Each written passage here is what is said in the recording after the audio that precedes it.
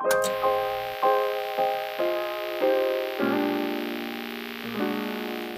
semuanya, jadi ini adalah part 2 dari video Desember wrap up yang sempat terputus minggu lalu. Dan ya udah kayaknya gitu aja ya untuk intronya. Jadi tanpa berlama-lama lagi langsung aja kita lihat yuk buku-buku apa saja yang menjadi lanjutan dari bacaan-bacaanku di bulan Desember kemarin.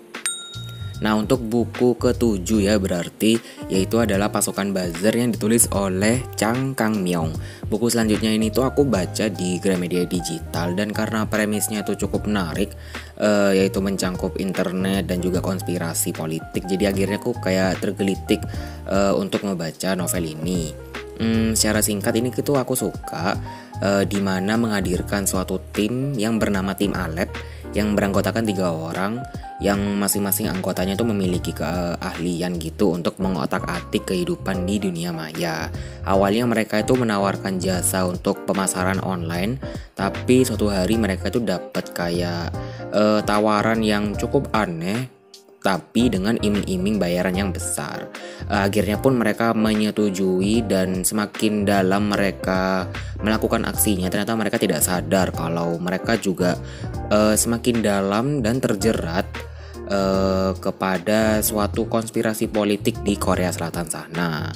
Aku cukup suka dengan premis yang seperti itu, apalagi di sini juga ngebahas beberapa hal yang berkaitan dengan K-pop. Secara aku memang penggemar K-pop sih, dan aku sering senyum-senyum sendiri kalau ngelihat bagaimana netizen Korea itu berkomentar karena emang cukup akurat kalau aku bisa bilang ya. Kalau kita juga melihat di portal-portal atau forum yang ngebahas K-pop kayak gitu, kayak emang beneran orang Korea tuh kayak gitu loh. Cuman sayangnya di sini menurut aku itu ketegangan dan ketertarikanku terhadap dunia internetnya itu sendiri jadi agak berkurang semenjak dimunculkannya adegan let's say dewasa yang malah menutupi hal-hal seputar internetnya itu. Dan semakin ke belakang justru aku tuh sibuk mencari benang merah di novel ini yang kayaknya tuh nggak selesai, bahkan sampai ceritanya tuh udah selesai. Dan kalau ngelihat review teman-teman di Goodreads atau di YouTube atau something else, banyak yang bilang plot twistnya cukup mencengangkan dan mereka justru suka di bagian plot twistnya itu. Tapi jujur aja ya, aku tuh nggak menemukan hal yang dimaksud plot twist di sini ini sih. Cuman memang ada satu hal yang mungkin itu yang dikira orang-orang sebagai plot twist. Tapi kalau emang bener hal itu yang dibilang plot twist, mohon maaf banget aku kayaknya nggak setuju dan kayaknya kayak kok aneh ya gitu loh. Tapi ya untungnya ketolong dengan terjemahannya yang cukup enak, jadi bacanya juga mengalir. Untuk review lengkapnya aku udah pernah bikin di blog, jadi kalian bisa cek di description box aja. Dan untuk ratingnya sayangnya aku cuma bisa kasih 3,8 dari 5 bintang. Padahal aku berharap banyak sih dengan novel ini. Buku selanjutnya ini adalah Broomstick and Burials-nya Lily Webb. Dan aku waktu itu lagi pengen baca buku-buku dengan genre misteri tapi yang gak terlalu berat. Dan ternyata tuh ada sebutannya, yaitu adalah cozy mystery. Jadi aku memutuskan untuk milih baca buku ini, apalagi udah nimbun di TBR Google Play Books yang lama banget. Aku pernah satu judul di genre ini yang ternyata aku kurang suka sih sebenarnya, tapi buat judul yang ini aku suka banget. Ini tuh bercerita tentang gadis yang bernama Zoe yang mendapatkan tawaran pekerjaan di suatu tempat yang belum pernah dia dengar, dan dia pun memutuskan untuk datang ke kota yang dimaksud itu dan terheran melihat segala sesuatu yang terjadi di kota itu. Singkat kata, sedang berlangsung sebuah kasus kematian yang menimpa salah satu reporter di tempat dia ini bekerja. Dan seketika jiwa-jiwa jurnalis Zoe ini tuh muncul gitu deh, dan dia mencoba untuk menguak kebenaran di balik semua ini. Namun semakin lama Zoe ini mengusut kasusnya, ternyata dia tuh nggak sadar kalau dia juga terjerat ke dalam suatu struktur pemerintahan di kota ini yang lagi panas-panasnya. Pokoknya aku suka banget, dan bagaimana penulis mengungkap pelakunya tuh cukup smooth menurut aku dan bikin aku kayak wow. Belum lagi unsur magicnya itu yang digunakan di sini cukup pas. Dan aku juga menemukan nih ada selingan-selingan adegan romance yang porsinya tuh pas, jadi kayak nggak terlalu kebanyakan, tapi ya mungkin untuk hiburan di tengah kejadian-kejadian yang menimpa Zoe ini. Dan aku sekarang lagi pengen baca atau banyakin baca buku dengan genre cozy mystery nih. Jadi kalau misalnya kalian punya rekomendasi, boleh banget tulis di kolom komentar di bawah. Dan untuk reviewnya, aku udah pernah bikin di blog juga, dan aku juga pernah bikin video review singkatnya gitu kayak di shortsnya gitu, kalian bisa cek aja di situ ya. Dan untuk ratingnya, karena aku suka, aku mau kasih 4,3 dari 5 bintang. Selanjutnya ini tuh adalah komik yang berjudul The Wicked plus The Divine yang ditulis oleh Kieron Gillen. Ini tuh aku tertarik karena covernya, jujur aja sih. Cuman ternyata setelah aku baca, aku tuh sebenarnya nggak bisa dibilang nggak suka, tapi aku juga nggak terlalu suka juga. Paham nggak sih? Jadi aku tuh antara nggak suka dan suka gitu. Sebenarnya lebih ke nggak paham sih ya. Jadi singkatnya ini tuh bercerita tentang God yang mendapat kekuatan gitu deh, dan di sini terbagi menjadi 2 timeline yang cukup jauh. Cuma segitu aja ya yang bisa aku share karena komiknya juga cukup tipis. Cuma ya itu, aku nggak paham dan nggak ngerti dengan jalan ceritanya dengan secara keseluruhan. Ditambah di bagian tengah tuh agak weird gitu sih, dan nggak ngerti poinnya apa juga. Jadi sayangnya aku cuma bisa kasih 2,8 dari 5 bintang buat yang komik ini. Selanjutnya aku juga baca komik, yaitu Dark Fang yang ditulis oleh Miles Gunter. Bisa aku bilang ini lumayan dibandingkan judul yang sebelumnya dan cukup menarik.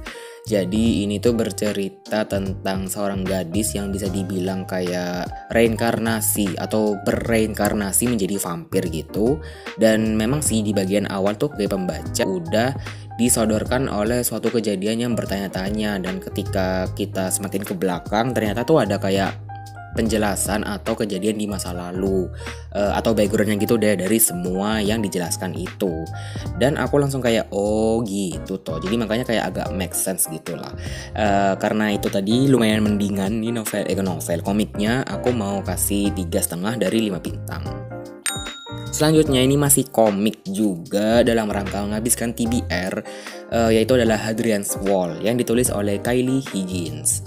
Dan covernya emang cukup menarik, apalagi kayak ada spaceship gitu ya. Biasanya aku agak tertarik juga dengan cerita yang menawarkan spaceship kayak gitulah ya. Secara singkat ini tuh bercerita tentang seorang astronot dari sebuah kapal roket kali ya, roket yang bernama Hadrian's Wall, yang dia tuh ditemukan tewas, yang menyebabkan kekacauan gitu deh. Dan di sini ceritanya itu settingnya pada tahun 2065 ya kalau nggak salah, yang ngebikin segala sesuatunya terlihat canggih. Pokoknya aku suka, storyline-nya juga bagus, suasananya juga mendukung. Dan mungkin buat kalian yang suka space atau sci-fi, coba deh baca komik ini. Dan karena hal itu ratingnya juga meninggi, yaitu adalah 4 dari 5 bintang. Buku selanjutnya yang aku baca ini tuh adalah buku non-fiksi.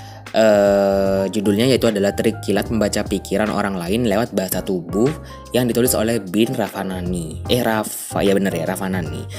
Singkat aja, aku itu nggak suka sama buku ini. I'm so sorry. Ketika ngelihat covernya tuh emang kayak berekspektasinya tuh tinggi banget gitu kan. Dan aku akhirnya mencoba untuk membaca, dan waktu di bagian awal-awal tuh kayak oke, ini lumayan lah ya. Cuman semakin ke belakang pembahasan tuh terlalu bertele-tele dan sangat amat sering mengulang kalimat-kalimat yang ada di bagian sebelumnya. Belum lagi yang diulang tuh bukan cuman 1-2 gitu loh. Kalau kayak gitu nggak apa-apa ya. Cuman ini tuh ada bahkan yang hampir mengulang 1 bab penuh.